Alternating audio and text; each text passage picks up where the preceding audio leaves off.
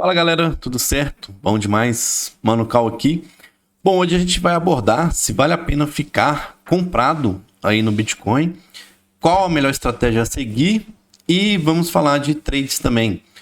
O que eu esperava o Bitcoin aqui acabou não se confirmando, que era uma queda até esse fundo, mas em contrapartida a gente pegou um bom trade ali em AVAX, né, abrindo um long e hoje ela já sobe ali 10% e a gente pode ter bons trades no Bitcoin também. Bom, o primeiro tema é o seguinte: vale a pena ficar comprado em Bitcoin? E a resposta, sem dúvidas, né? Quando você olha o gráfico de longo prazo, como é que esse aqui da Binance está com defeito? Sem dúvida que vale a pena ficar comprado em Bitcoin, né? Mas qual a melhor estratégia a seguir? Bom, é importante que você defina a sua estratégia. Se você vai fazer só hold, se vai fazer trades também, se vai operar o futuros. Eu defino a minha estratégia da seguinte forma: uma posição para hold, onde eu deixo hold cerca de 85% do meu PL, tá? E eu vou explicar por quê. Então, nessas quedas aqui, né, recentes, eu simplesmente não mexi nesse capital, né, porque como é um capital de longo prazo, olhando gráficos mais longos, né, essa queda aqui não foi nada, olhando o prazo mensal, né, foi um mês de baixa só, assim como foram essas outras quedas. E então eu procuro não mexer muito nesse capital de hold, tá? Eu já carrego aí faz anos e só vou aumentando a minha posição através de trades, aportes, etc. Ah, mas eu não vou vender nunca? Claro que algum dia eu vou vender uma parte, né? Se o Bitcoin bater nos próximos anos aí $300 mil, que eu acho que é um alvo macro, por assim dizer, né? Obviamente que eu vou vender uma parte, vou fazer uma viagem, sei lá, vou recompensar o meu esforço, né, que eu tive de guardar Bitcoin, né, guardar essa carteira durante todo esse tempo. E a ideia é você, não é você juntar dinheiro por juntar, né, é você juntar para poder realizar as coisas, né, ter um maior poder de compra conforme os anos vão se passando, tá? E, bom, a segunda estratégia eu uso cerca ali de 10 a 15%, né? Do PL de longo prazo, né? Para focar em movimentos mais táticos e para rentabilizar mais a médio prazo. Então, foco em comprar ativos que podem subir mais do que o Bitcoin, né? Exemplo de Mantra.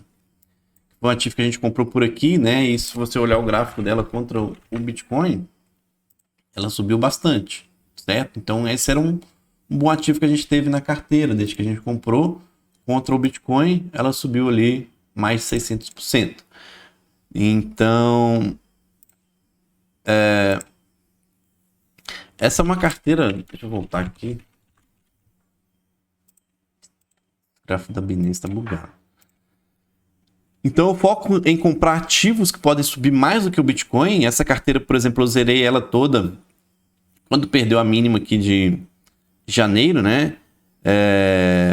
Fazia parte dos meus planos isso. E isso fez com que eu tivesse mais caixa para comprar abaixo das quedas, né? Olhando o semanal dá para ver bem, né? O mercado perdeu essa mínima. Eu cheguei a comprar Bitcoin aqui abaixo dessa mínima aqui de fevereiro, né? Menos de fevereiro foi. E pretendia comprar mais Bitcoin, mais satoshis, né, aqui para baixo.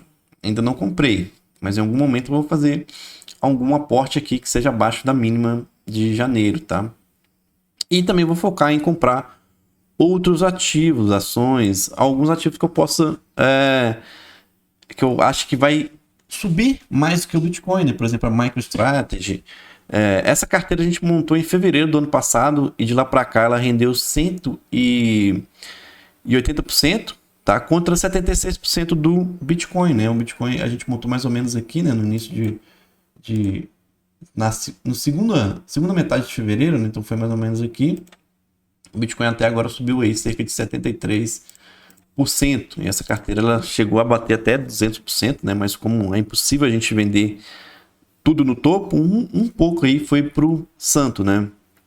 Eu fui esvaziando ela aqui, né? Eu não zerei aqui, quando perdeu a mínima, eu já tinha vendido boa parte, né? Porque a gente foi realizando lucro enquanto o Mantra subia e outras subiam, né? Claro que teve algumas que teve prejuízo também, como FET, INGE, mas no geral a carteira saiu bem positiva, tá? Eu compartilhei todas essas movimentações com a galera lá do CryptoFlow, né? Até que eu vendesse tudo aqui. E agora eu tô focado em alguns ativos que podem render bem esse ano, como eu disse. E se vocês querem que eu faça uma live para falar desses ativos, né? Ano passado muita gente aproveitou ativos que eu falei de lives aí abertamente, falei no Twitter, né? Falei de Radio, de Mantra. Então, se vocês querem uma live para falar disso, traçar as estratégias para que vocês possam seguir, é só deixar um like aí no vídeo e comentar aí também, tá? Se você quer que a gente faça isso. Outra estratégia também consiste em trades em futuros. Aí são trades de curto a médio prazo, tá? Que eu faço com uma parte bem menor do meu capital. Então, veja como que eu faço o contrário do que a maioria pensa. A maioria quer começar em futuros com um capital grande, alavancado 20 vezes, para ficar rico rápido. E aí que tudo dá errado, né? É muito mais fácil você fazer dinheiro no longo prazo. Olha como que é o longo prazo do Bitcoin, né? Olha desde 2000 Claro, né, que foi um bear market, mas também foi uma oportunidade de você comprar, né? Mas olha como que nos últimos anos aqui era só você ter comprado e segurado que você fazia dinheiro. Não só nos últimos 2 anos, mas em toda a história do Bitcoin, né? Então, essa é a estratégia mais fácil para você fazer dinheiro, comprar e rodar. Então, é nisso que eu deixo a minha maior parte do meu capital, né? É muito difícil você perder dinheiro fazendo isso no Bitcoin. Por isso que lá eu deixo 85% do meu PL aí para cripto, tá? Quanto menor o prazo, mais difícil vai ser você fazer dinheiro, né? Já tentou operar 1 minuto aí para você ver a merda que vai dar, né? Então essa estratégia de trade em futuros, eu faço a maioria das operações no Bitcoin, tá? Em futuro de Bitcoin. E o lucro eu deixo em Bitcoin mesmo. Vou jogando para aquela parcela de hold lá de longuíssimo prazo. E então perceba que mesmo operando no curto prazo, eu estou pensando no longo prazo, né? Minha estratégia é sempre ter mais bitcoins a longo prazo. E tudo isso eu deixo tudo separado em contas, tá? Só de contas para operar futuros eu devo ter umas 3 aí, assim, fica mais fácil, né? O meu gerenciamento de risco. Mas o que eu quero dizer com isso? Né? Aqui eu fiz alguns trades no Bitcoin, né? Desde o início, nessa queda também. Mas vamos colocar, por exemplo, você fez um trade aqui nessa região e lucrou R$1.000. Beleza? R$1.000.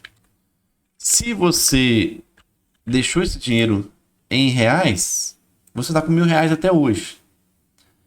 Tá? Mas, né? Se você deixou esse dinheiro em Bitcoin, e o Bitcoin já valorizou ali, vamos colocar 300%, esses R$1.000 aqui de baixo, hoje eles se transformaram em 4.000. Tudo isso sem que você... Caralho, cadê o 4.000 aqui? Ah, tá vendo.